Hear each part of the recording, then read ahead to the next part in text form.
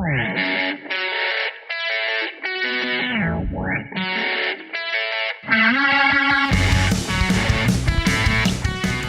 everybody, welcome to another Thursday night, 7:30 Extravaganza Bonanza. My name is Sam. I'm Mike. And I'm Jesse. Everybody, thank you so much for joining us tonight. I hope you're in for a whole lot of fun, a whole lot of ridiculousness, and yeah. So let's get started with Mike and the news. Mike, take it away. All right, real quick, there's an announcement up top. We're going to start our March matchups contest next week. We're going to have a whole bunch of other shows. It's basically about picking the characters that you like to move on. So I'm going to release the bracket tomorrow about 5 p.m. Eastern. You have until next Thursday at 7:29 to get them in for us, so you can be entered into win. If you get closest, you win a sweet prize pack. Outside of that, we're going to jump into the news. So we finally got the new name of the Spider-Man movie, the home series, as apparently it's being referred to. So we got a bunch of fake names, a bunch of silly fake names, and they're all silly fake names. It originated by Tom Holland and Zendaya and Jacob Batalon getting fake names for the movie. So we're just going to throw some pitches here for some of those fake movie titles. So we got one that was Home Slice. Anybody got any pitches for Home Slice? They decide to try and find the best slice of pizza in all of New York. That's the entire movie. Just hopping from restaurant to restaurant. See, for me, it was he dimension hops and becomes friend with Tobey Maguire Spider-Man, and he mentors him on the ways of delivering pizza. Okay. Oh, pizza time! Yeah, that's exactly it, man. Just a double trouble pizza time for like an hour and a half. I wish I had a soundboard because I would play that sound drop right now. All right, another one was Phone Home. Oh man. I mean, there's every possible ET reference right there for you. Just see, I've never seen ET. I just know from pop culture. Start with the sequel because it's nightmare fuel. Oh, is it? I feel like the original is pretty nightmare fuel. I think if it were going to be Phone Home, it would be so cool to do like a combination of like Matrix and like Spider-Man. You know, I don't know. It has something to do with like, you know, like he has to use a payphone, like a payphone, you know, and there's like one of them in New York right now. Something with that and Doctor Strange. I feel like there are possibilities. Just trying. No phone works except in the Sanctum Sanctorum. Yeah. The other one that they put out was Home Wrecker. Oh, Jesus. So much you could do with that. Oh, so much. Yeah. So much not PG-13 things you could do with that. Looking at you, Jon Favreau. What you doing? Oh, Lord. Didn't even think about that. Just a whole movie not about Spider-Man. just Jon Favreau. Happy. Sign me up. It was so awkward at the end of that movie. You're just like, oh boy. Oh. All right. So on top of those three, in the trailer, we got a whiteboard full of titles that were just not being used. So I'm going to run through some of those real quick. No Place Like Home. Just straight up Wizard of Oz clone with Spider-Man instead of Dorothy. So we got Home Run. Spider-Man just gives up crime fighting, becomes a Major League Baseball player. Yeah, why not? It's the most abusive thing he could do with his powers. It's unfair. I just Home Alone. Stick it on the home run for a second. I just love that it's crossed out and it just says sports ball underneath it. It's one of my favorite things about this entire board. The Home Alone with copyright issues. I thought that was good. Now, I think that could actually be an interesting movie. You put Spider-Man like almost like, you know, there's the episode of The Flash where he's stuck at like full speed and he's just like and he's just like living alone essentially, but around everybody else. that would be such an interesting concept for, getting stuck in between like dimensions for Spider-Man. He's just like there, but he's not there. That would be pretty cool. See, for me, it was just casting Macaulay Culkin as Spider-Man. I just went real simple. I couldn't help it. It was just in my brain. Let's see, Homesick. Just that one like fell flat for me. Like that joke was just not really there. Yeah, I mean, I actually think out of all the ones that are up on the board, that might have been the one to get through if like it wasn't No Way Home. Yeah. You know what I mean? But I'm so glad it isn't. There's a couple really good ones. There's Work From Home and Homeschooled. It's just like, nope, can't do it. Yeah. Don't do it. There's No. one is like Stay at Home. It's like Stop, Hard Pass. Yeah. Zooming home. God. I love how there's a Far From Home in there. There's like, we already did this Yeah, one. we did this already. Webcamming, of course. I was just about to say that, yeah. And it says keep it PG underneath. Spider-Man, now on OnlyFans. Peter Tube and Parker.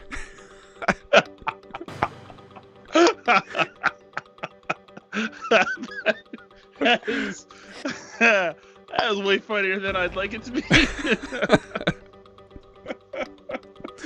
So one thing I did see someone like point out about this whiteboard is that there's a lot of like hexagons on here. Yeah. Yes. Which, I mean, granted, most of them are like benzene molecules, so it's like just supposed to be nerdy science stuff, but like could be a link to WandaVision, which we will talk about on the podcast at some point. Not this week, but the next one.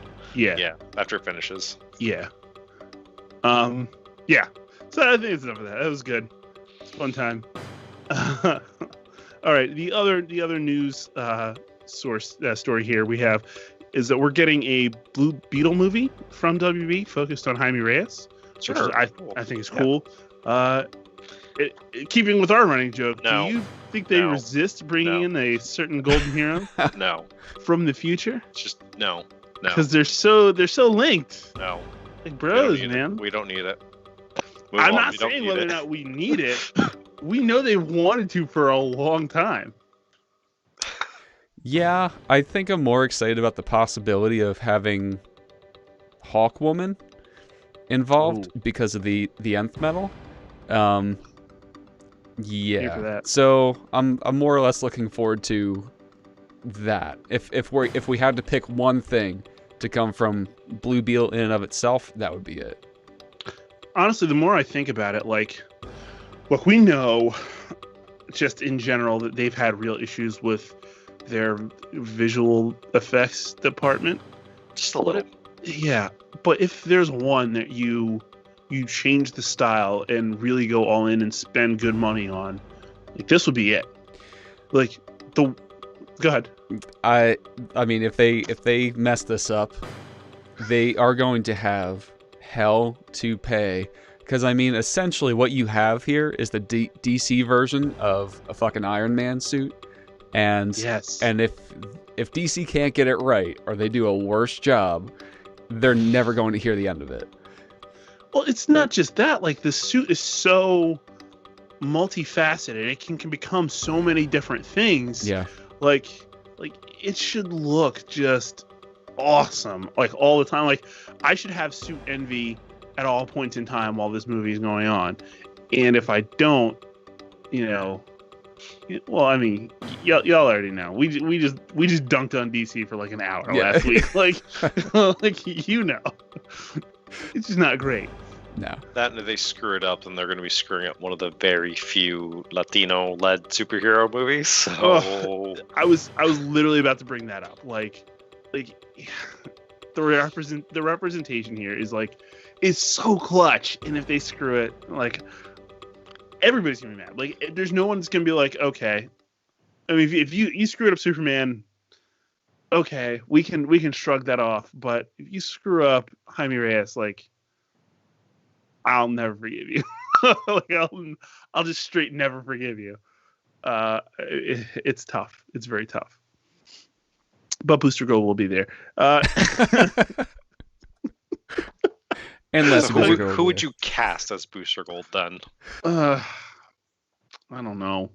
Do you need someone like it's kind of an idiot and kind of arrogant? So who would really fit that besides Ryan Reynolds? I was like, that's really where my mind went first because I felt like he could do it well, but like, I just, he's just kind of perfect for it, but you know, He's perfect. it's like, He's perfect for too many things. You know, he is. Like, He is. He's It's just a because- perfect person. that might also be true, but it's because he's so quick-witted and like his Yes. delivery is amazing, and like every time I hear snark in certain ways, it comes out of Ryan Reynolds' mouth, yeah. right? Like it's, Yeah. I can't help it. Thank God they got him at Deadpool first, like because if we had gotten anyone else, I don't think it wouldn't have been as good. No. But No. I think if he were to pull double duty, that would be a good start. Yeah, man. I don't know who I'd cast as Booster Gold. That's a good question, and I think one that needs to be answered next week.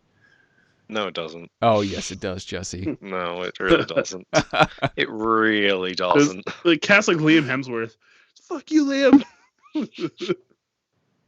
would actually not be a bad casting. Okay, Mike. Not terrible. Okay, Not Mike. terrible. Okay. Off top there. All right. All right. So let's dive into our topic real quick. So in wrapping up our Black History Month thing before we jump into March Madness. Oops. Don't sue me. March NCAA. matchups. March matchups. I'm gonna do that a lot.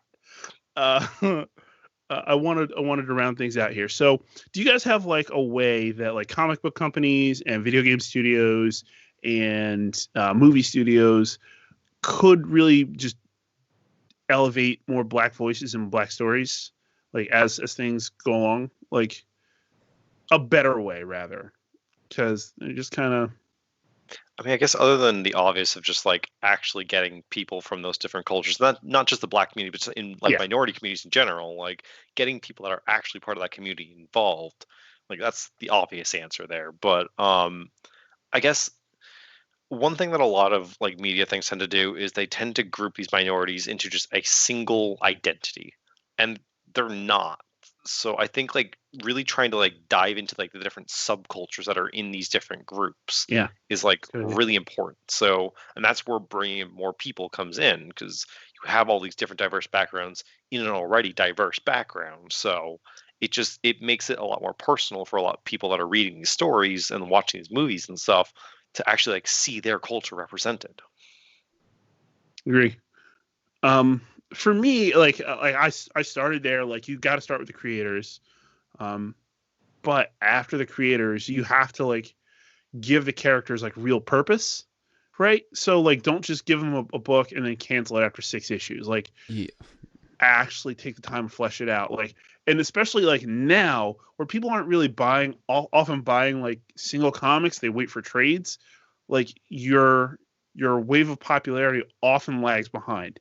So take your time, really tell good stories, develop good characters, both main and supporting. And again, like Jesse said, it's not just Black people, but like that's really where I started this thought process. And really take the time and effort to make it work, give it time to breathe, and let stories organically develop, and let those creators tell the stories that they want to tell. I think. Yeah. And so I came across this a few months ago. So at my job, there was a program. A few people were given a lecture on unconscious bias, and one of the people who were speaking about the topic talked about how they handle that at it was a law firm, and they were in the mindset that, you know, doing things like a lot of companies will do these, I don't know, once or twice a year seminars about, you know, unconscious bias or, you know, being mindful of like minorities in the workplace, you know, what you shouldn't do, or, you know, those types of things. And he was saying that I don't want the once or twice a year reminder of what we should be doing. It should just be freaking happening all of the time. Agree.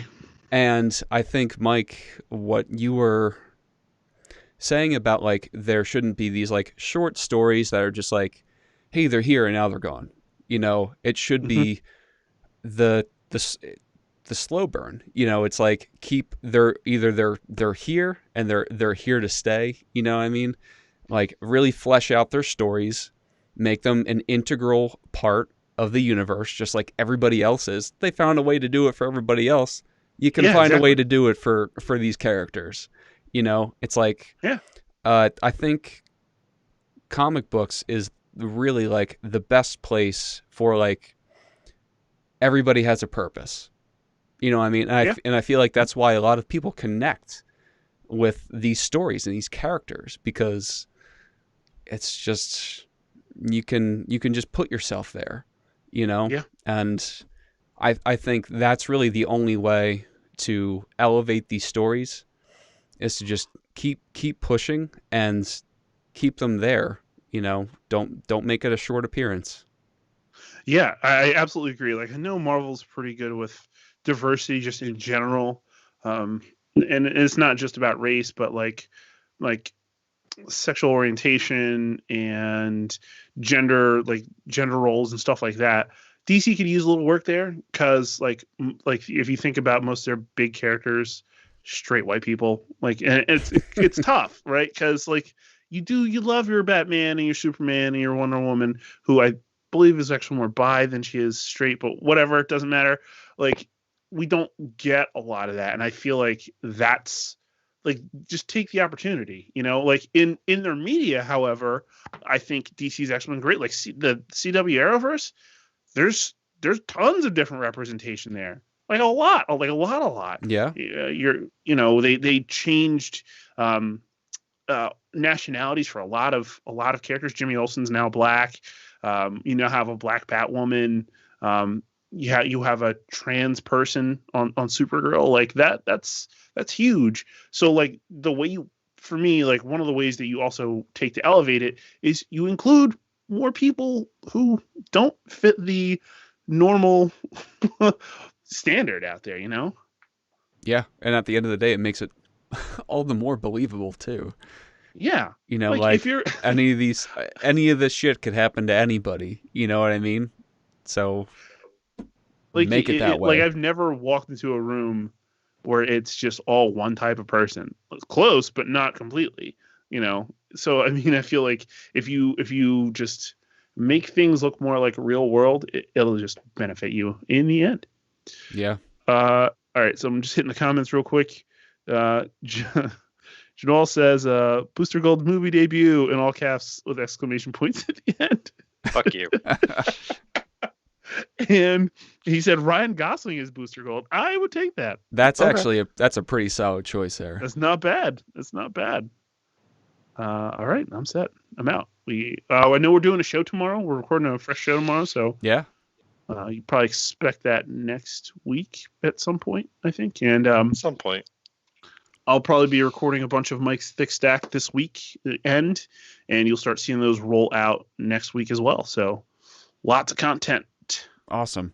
Well, everybody, thank you so much for joining us tonight. And this is our first night streaming to our new channel on YouTube.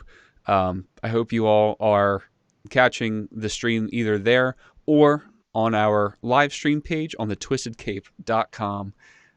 Really hope that you're checking it out there and that after the stream's over, you're taking a look at everything else that we have to offer. Why don't you just stay a little bit? Why don't you? Yeah. So there's plenty of stuff for you. I hope you enjoyed the content. Join us. I hope you enjoy the content. Yeah, keep checking all of our social pages, our TeePublic, and keep an eye out for the next Twistcast coming out within the next few days. And then besides that, we'll see you next Thursday at 7:30. So until then, my name is Sam. I'm Mike. I'm Jesse. All right.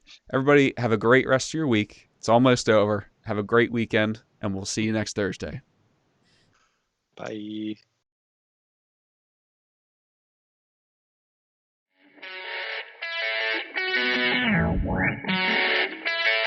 I